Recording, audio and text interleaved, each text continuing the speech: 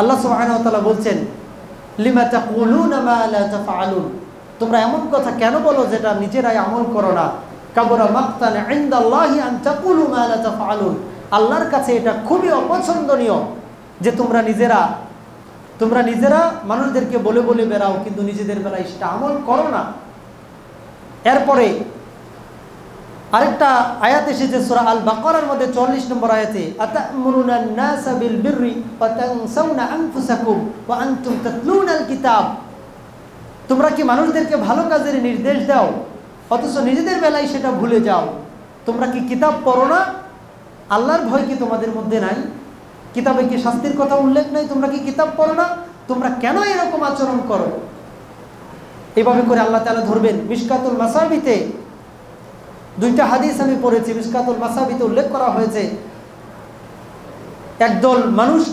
একদল মানুষের নারী ভুঁড়িগুলো ফেটে বের হয়ে যাবে, তাকে জাহান্নামে এভাবে শাস্তি দেওয়া হবে যে তাদের নারী ভুঁড়িগুলো ফেটে বের হয়ে যাবে এবং এগুলো চতুর্পাশে ঘুরতে থাকবে।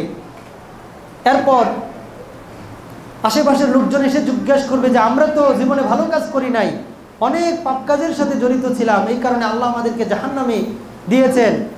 তো আপনি তো অনেক বড় আলেম ছিলেন, আপনি কেন? আপনি তো অনেক আবেদ বান্দা ছিলেন, আলেম ছিলেন, আপনার কেন, মানে আপনি তো আলেম ছিলেন বড়, তো আপনাকে কেন জাহান্নামে দেওয়া হয়েছে?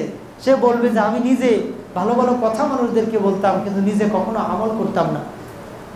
আরেকটা হাদিসের মধ্যে এসেছে, আল্লাহর নবী সাল্লাল্লাহু আলাইহি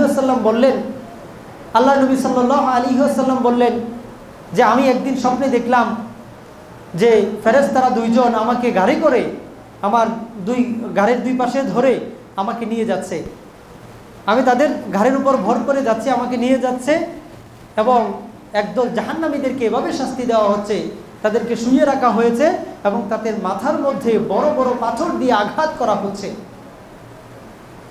মাথাগুলো চূর্ণ বিচূর্ণ হয়ে যাচ্ছে, আবার কিছুক্ষণ পরে ঠিক হয়ে যাচ্ছে, আবার তাদের মাথার মধ্যে আঘাত করা হচ্ছে, এভাবে করে আযাব তাদের চলছে। আমি জিজ্ঞেস করলাম যে এরা কারা? বলো যে এরা হচ্ছে ওই সমস্ত আলেম যারা আমল করত, যারা ইলম অর্জন করত, কিন্তু সেটা অনুযায়ী তারা আমল করত না। তো এখানে ছোটোখাটো আলেম কিন্তু সবাই, আপনারা সবাই জানেন সালাত ছেড়ে দিলে কি হয়, দীর্ঘদিন আমি আলোচনা করেছি। আপনারা সবাই জানেন হারাম খেলে কি হয়, পাপ কাজগুলোর সাথে জড়িয়ে গেলে কি হয়, এগুলো কম বেশি আপনারা যারা এখানে উপস্থিত হন তারা সবাই জানেন। এখন যদি আমল না করেন তাহলে আল্লাহ সুবহানাহু ওয়া তাআলা এই শাস্তির আওতামুক্ত আপনাদেরকে নাওয়াজ করুন। আল্লাহ হেফাজত করুন। আল্লাহুম্মা